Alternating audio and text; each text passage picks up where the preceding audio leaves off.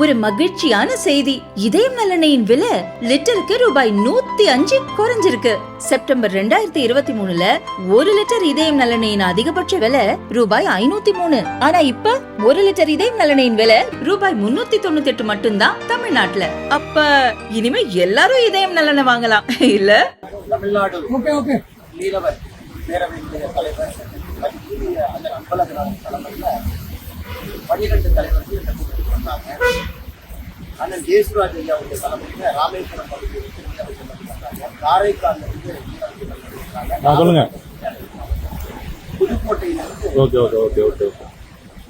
என்னோட பாரதிய ஜனதா கட்சியுடைய தலைவர்கள் அவங்களும் கூட வந்திருக்காங்க. ஆனா அந்த மீட்டிங்கை பொறுத்த வரைக்கும் எல்லா தலைவர்களுக்குமே தெரியும், பெரிய சிக்கல் 20 ஆண்டு காலமாக இருக்கு.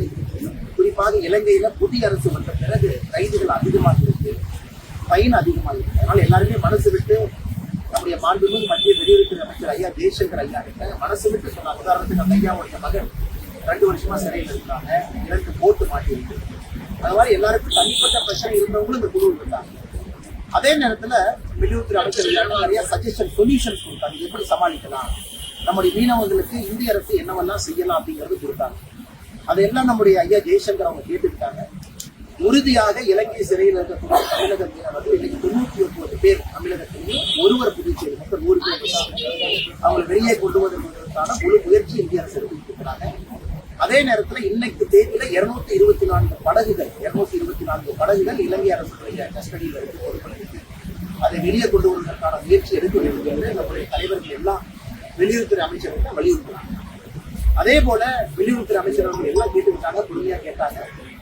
அடுத்த வாரம் மறுபடியும் இந்த மீனவ பிரதானிகள் நம்முடைய மீன்வளத்துறை அமைச்சரை சந்திக்கிறோம். மீன்வளத்துறை அமைச்சரை டெல்லியில சந்திச்சு அவங்க கிட்ட ஒரு முறை பேசிக்கிட்டு இது எப்படி எல்லாம் நம்ம சப்சிடி கொடுக்கிறோம், குறிப்பாக நம்முடைய மீனவங்களுக்கு என்ன விதமான சப்போர்ட், அதெல்லாம் நிறைய சஜஷன் வச்சு அதுவும் சந்தித்த பிறகு நம்முடைய வெளியுறவுத்துறை அமைச்சர் 3வது முறையாக இந்த பிரச்சனைக்கு ஒரு நிரந்தர தீர்வு நோக்கி நம்ம போலாம் அப்படிங்கிற உறுதிமொழி கொடுத்திருக்கிறாங்க.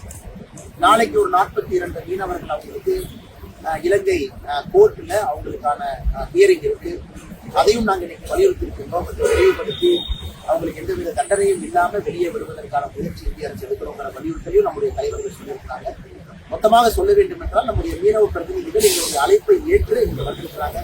அவர்களுக்கு பாரதிய ஜனதா கட்சி சார்பாக எங்களுடைய மனமார்ந்த நன்றிகளை தெரிவிச்சுக்கிறது. ஒரு நாள்ல தீர்க்கக்கூடிய பிரச்சனை இல்லை, அது அவங்களும் உணர்ந்திருக்கிறாங்க.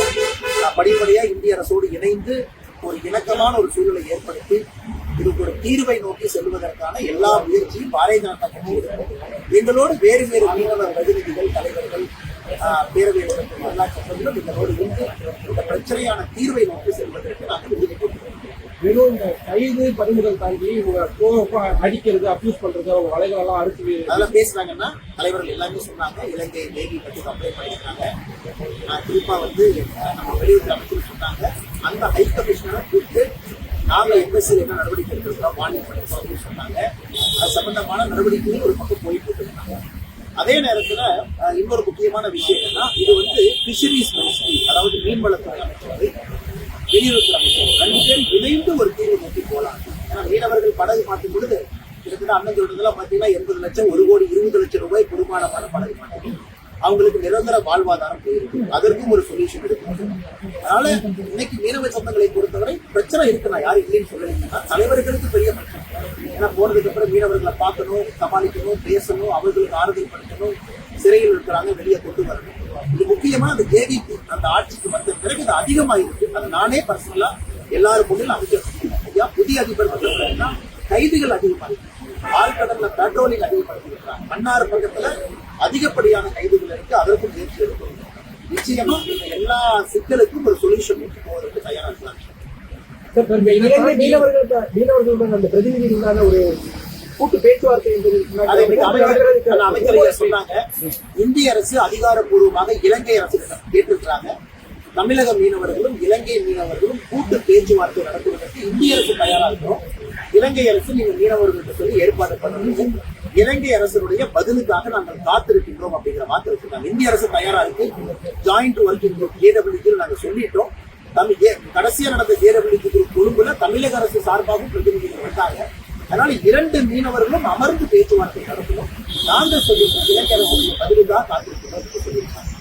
இந்த பாட்டுகள் நடக்கிறதெல்லாம் நீங்க பார்த்துருக்கீங்க.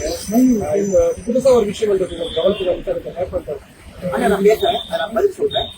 ஏன்னா தலைவர்கள் வேற வேற கட்சியில வேற வேற சித்தாந்தம் அரசியல் பேசுறாங்க. அரசியல் இல்ல, மீனவ சம்பந்தப்பட்ட கேள்விகள் தலைவர்கள் இருக்கிறாங்க, அவங்க கிட்ட கேட்க அதன் பிறகு அவங்க கிளம்பிடுவாங்க. அரசியல் கேள்விகள்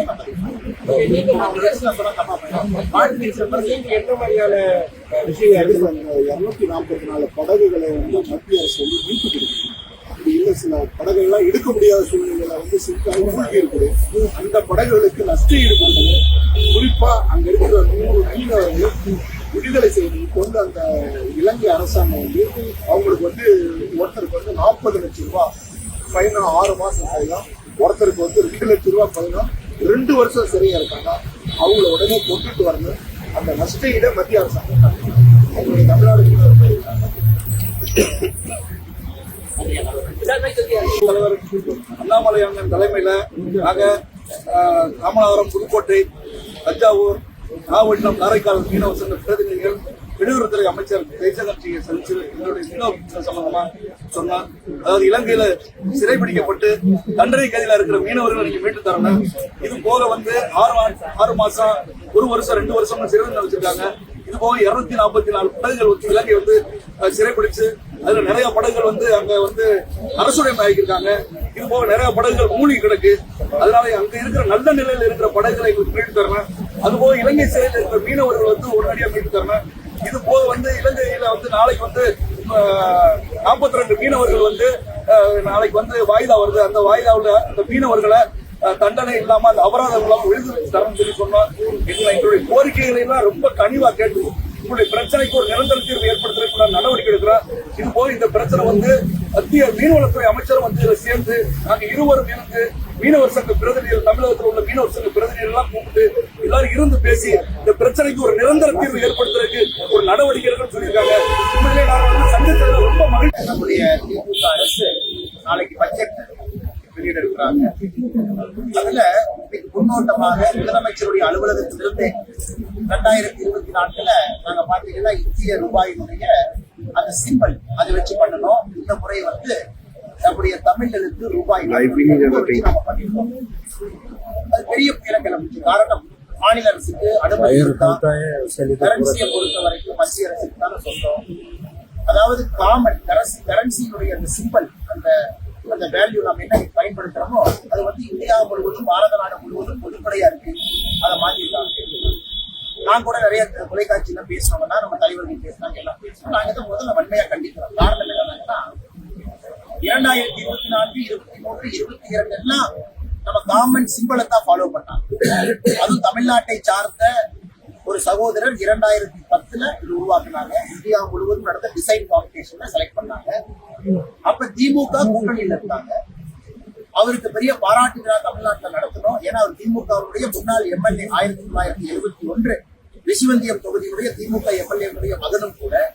கலைஞர் ஐயாவே கையில் அதை பிடிச்சு அந்த பையனுக்கு பாராட்டி கொடுத்தார். எனக்கு இத்தனை ஆண்டு காலம் ஆன பிறகு இன்னைக்கு புதுசா மாநிலத்தினுடைய பிளானிங் கமிஷனுடைய எக்ஸிகியூட்டிவ் வைஸ் சேர்மன் ஐயா அவங்க சொல்றாங்க, இல்ல அதுல தேவனாங்கிரி 2010 எல்லோருக்குமே தெரியும். இந்த புதிய சிம்பல் வரும் பொழுது அதில் இன்னைக்கு மாநில அரசு அரசியல் காரணமாக ஒரு பின்னோக்கி செல்லக்கூடிய ஒரு பார்வையில் அது எடுத்திருக்கிறார்கள். இந்த வன்மையா தமிழ் எழுத்து நீங்க எதிர்க்க முடியுமா? தமிழை தமிழ்நாட்டுக்காரங்க செஞ்சதை எதிர்க்கிறது மூலமாக தமிழுடைய திராவிட முன்னேற்ற கழகம் எதிர்க்கிறாங்க. நான் பார்க்கிறேன். தமிழ்நாட்டை சார்ந்த இளைஞன் இத்தனை பேர் சம்பந்தப்பட்ட அவருடைய சிம்பல் செலக்ட் தமிழனாக நான் பெருமைப்படுகின்றேன். அதை எதிர்ப்பதன் மூலமாக தமிழனையும் தமிழ்நாட்டையும் திராவிட முன்னேற்ற கழகம் எதிர்ப்பதாக நாங்கள் பார்க்கிறோம்.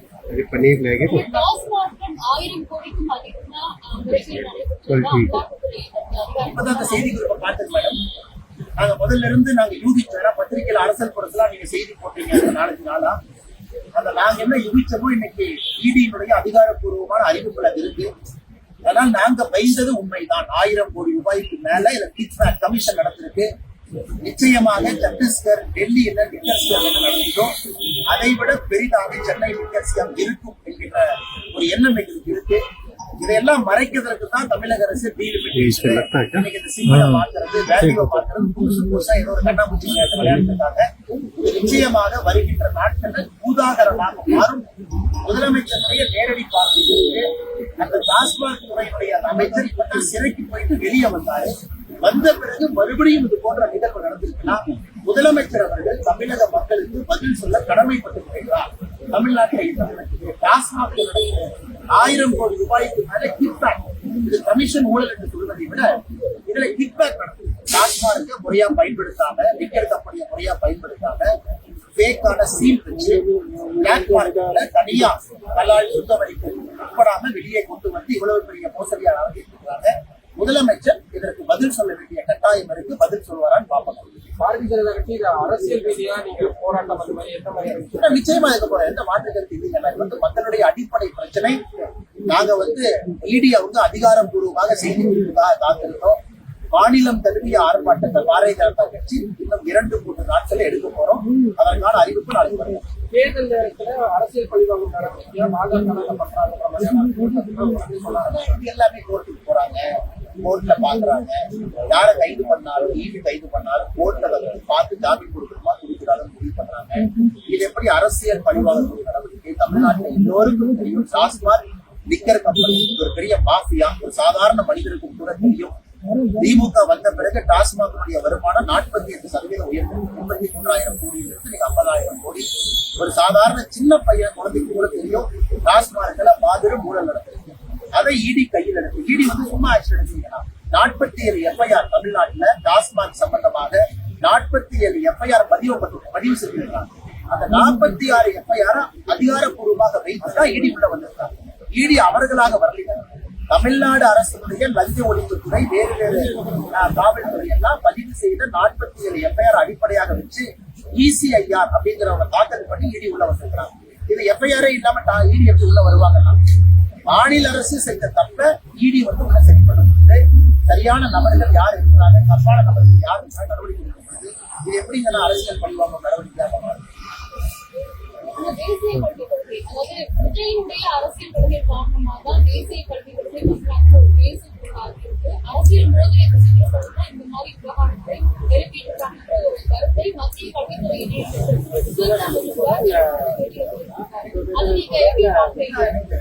அதிகாரப்பூர்வமாக பாரதிய ஜனதா கட்சியில மாநிலத்துல சொல்றோம்.